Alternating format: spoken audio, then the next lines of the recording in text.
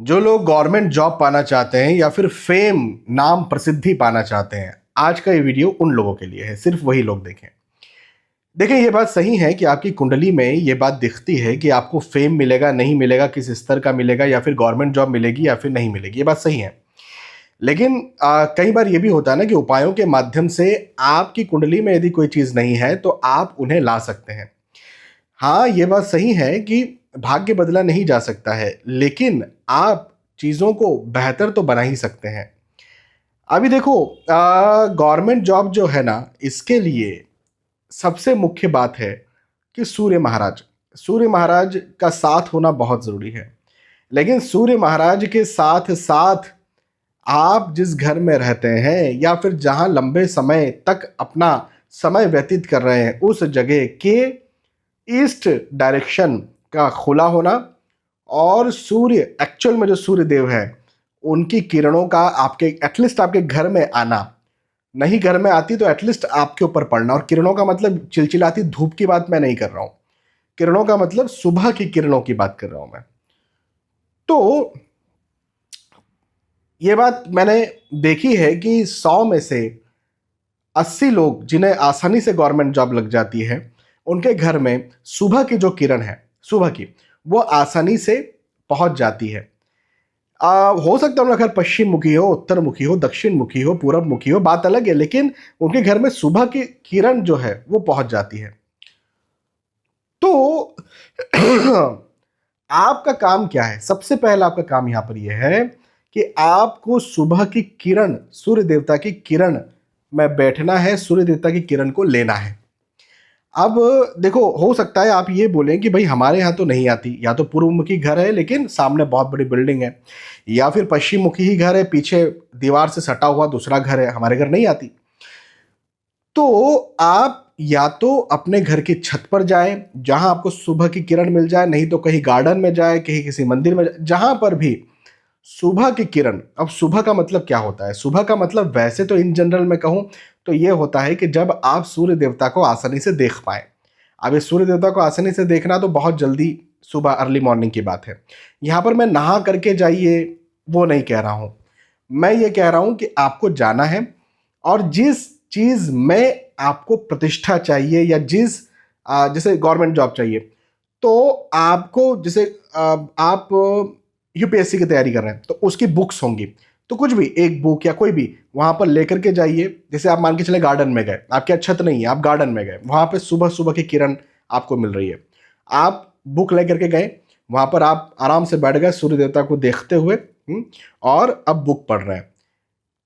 वैसे तो मैंने ये रिसर्च किया है कि 2 घंटा, यदि आपके घर में सूर्य देवता की किरण नहीं आ रही तो कम से कम 2 घंटा यदि आप सुबह की सूर्य देवता की किरण में बैठते हैं तो आपके लिए बहुत अच्छा होगा। जैसे भाई सुबह 6 बजे बैठे तो 6, 7, 8, है ना, ये 2 घंटा हो गया। या फिर 7 बजे भी बैठे तो 9 बजे तक बैठ जाइए। भाई 10 बजे तक भी बैठा जा सकता है, लेकिन गर्मियों में तो फिर धूप चिलचिलाने लगती है और फिर वो आपको सनबर्न कर देगी। तो ज़्यादा लेट की धूप में बैठने के लिए मैं नहीं कह रहा हूँ। तो सुबह सुबह की धूप में आप बैठें, यदि 2 घंटा नहीं बैठ सकते आधा घंटा बैठें, लेकिन बैठ करके वो पढ़ाई करें। या फिर जैसे आप एक्टिंग में अपना कैरियर बनाना चाहते हैं, उसमें फेम चाहते हैं, सिंगिंग का चाहते हैं, तो वहाँ पर बैठ करके यदि सिंगिंग कर सकते हैं या रियाज कर सकते हैं। नहीं रियाज कर सकते तो सीख लें, रियाज को सीखने सूर्यदेव के सामने बैठे बैठे सीखें, या अपने कुछ रिकॉर्डिंग करके जाएं कि भाई मैंने ये रियाज किया था, मैंने ये गाना गाया था, मैंने ये एक्टिंग की थी और मेरा ये प्ले है और इसे मैं देख रहा हूँ यहाँ पर सूर्य देवता के सामने बैठे बैठे। तो उससे रिलेटेड कुछ होना चाहिए। तो सूर्य देवता की सुबह की किरण भी आपके ऊपर आ रही है, और जो काम आप जिसमें फेम चाह रहे हैं, नाम चाह रहे हैं, प्रसिद्धि चाह रहे हैं या गवर्नमेंट जॉब चाह रहे हैं, उसमें उस चीज़ से रिलेटेड आप पढ़ाई भी कर रहे हैं या आप उसमें इंगेज भी हैं। तो ये एक चीज़ मैंने जो देखी है, और मैं आपको बता रहा हूं कि बहुत सारे लोगों को मैंने ऐसा कहा है करने के लिए जिनके घर में सुबह की किरण नहीं आती थी, उनको मेरे प्रेडिक्शन से पहले का फायदा मिल गया। मतलब मान के चले, मैंने उनसे कहा कि भैया देखो, आपके गवर्नमेंट जॉब के योग हैं 3 साल के बाद, लेकिन आप ये काम करो, तो उनकी 1 साल में गवर्नमेंट जॉब लग गई। ऐसा हुआ है। तो ये उपाय है, उपाय कई बार आगे की चीजों को पीछे कर देते हैं। तो ये आप करके देखें, पहली बात। दूसरी बात, देखो दक्षिण दिशा जो साउथ है इसको भी छोड़ना नहीं चाहिए। साउथ जो है यहीं से फेम मिलता है, यहीं से प्रतिष्ठा मिलती है, यहीं से समृद्धि मिलती है, यहीं से आपको पावर मिलती है, ताकत मिलती है, नाम मिलता है। तो ईस्ट के साथ में साउथ का भी ध्यान रखें। अब एक चीज ये भी है कि यदि आपका घर साउथ फेसिंग नहीं है कोई बात नहीं, भारत में अधिकतर श्री हनुमान जी के मंदिर साउथ फेसिंग ही होते हैं। अधिकतर मंदिर, कोई भी दक्षिण मुखी हनुमान जी के मंदिर में आपको जाना है और वहां जाकर के भी आप यदि श्री हनुमान चालीसा का पाठ कर सकें, श्री सुंदरकांड जी का पाठ कर सकें, तो इसमें आपकी भक्ति भी होगी और आपका समय भी व्यतीत होगा, है ना। ज़्यादा देर तक आप बैठ पाएंगे, तो वहाँ बैठ करके सुंदरकांड जी का पाठ कर लीजिए, ज़्यादा और समय लगेगा, तो भक्ति भी हो गई और आपका समय भी उस जगह पर व्यतीत हो गया। और प्रसिद्ध हनुमान जी के मंदिर जाइए, जो जगह प्रसिद्ध है उस जगह और ज़्यादा।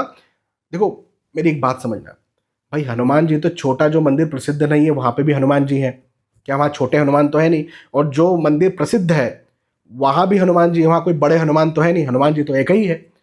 तो जो मंदिर जहाँ प्रसिद्ध नहीं है, जहाँ लोग बहुत कम या नहीं के बराबर जाते हैं, वहाँ क्या है? और जहाँ बहुत प्रसिद्धि है वहाँ क्या है? तो लोग बोलेंगे सिद्धि है। भाई हनुमान जी का नाम वहाँ पर राम राम राम राम किया जाता है हर जगह, हर हर जगह वहाँ सिद्धि है। जहाँ राम राम राम राम किया जाएगा वहाँ हनुमान जी होंगे ही होंगे, 100% आपके कमरे में भी आएंगे। तो यदि कहीं पर राम नाम का उच्चारण होता है या हनुमान चालीसा या सुंदरकांड जी या उनसे रिलेटेड कुछ उच्चारण होता है तो हनुमान जी होते ही हैं। लेकिन जहाँ जो प्रसिद्धि है, हाँ, वहाँ पर कुछ ऐसी वास्तु विशेषताएं होंगी जिसकी वजह से उस मंदिर को प्रसिद्धि मिल गई। तो देखो मंदिर प्रसिद्ध होता है, हनुमान जी प्रसिद्ध नहीं होते। हनुमान जी तो अपने आप में प्रसिद्ध है, हनुमान जी तो अपने आप में सिद्ध है, तो हनुमान जी को कोई प्रसिद्ध नहीं कर सकता, कोई सिद्ध नहीं कर सकता। मंदिर उस जगह की, उस स्ट्रक्चर की प्रसिद्धि होती है, उस जगह की प्रसिद्धि होती है। तो उस जगह आप जाएं, वहाँ हनुमान जी की भक्ति करें बैठ करके, श्री राम सीताराम जी की भक्ति करें बैठ करके और ज़्यादा समय व्यतीत करें, इससे भी आपको लाभ देखने को मिलेगा। यदि आप ऐसा करते हैं तो अध्यात्म तो हो ही गया, उसके साथ में भौतिक दृष्टिकोण से इसको सकाम भक्ति कहा जाता है। भौतिक दृष्टिकोण से इसको सकाम भक्ति कहा जाता है कि भाई हम हमारे मन में कोई लालसा है, कोई वासना है, जिसकी वजह से हम भगवान के चरणों में गए और हम प्रभु से ये चाहते हैं कि प्रभु मैं ऐसा ऐसा कर रहा हूँ, इससे मुझे वो चीज़ मिल जाए। ठीक है, शुरुआती तौर पर आध्यात्मिक श्री प्रेमानंद महाराज जी भी ये कहते हैं कि ठीक है कोई बात नहीं, आपके मन में लालसा है, लालसा के साथ राम राम राम राम जाप करो, लेकिन करो। तो आपके साथ ये चीज़ भी हो रही है कि आप जाप भी कर रहे हो या फिर उनके ग्रंथों को पढ़ रहे हो, तो आध्यात्मिकता भी हो रही है और साथ ही साथ भौतिक दृष्टिकोण से आपका स्वार्थ भी सफल हो रहा है। तो ये काम आप जरूर से करके देखें। बहुत बहुत धन्यवाद। जय श्री सीताराम।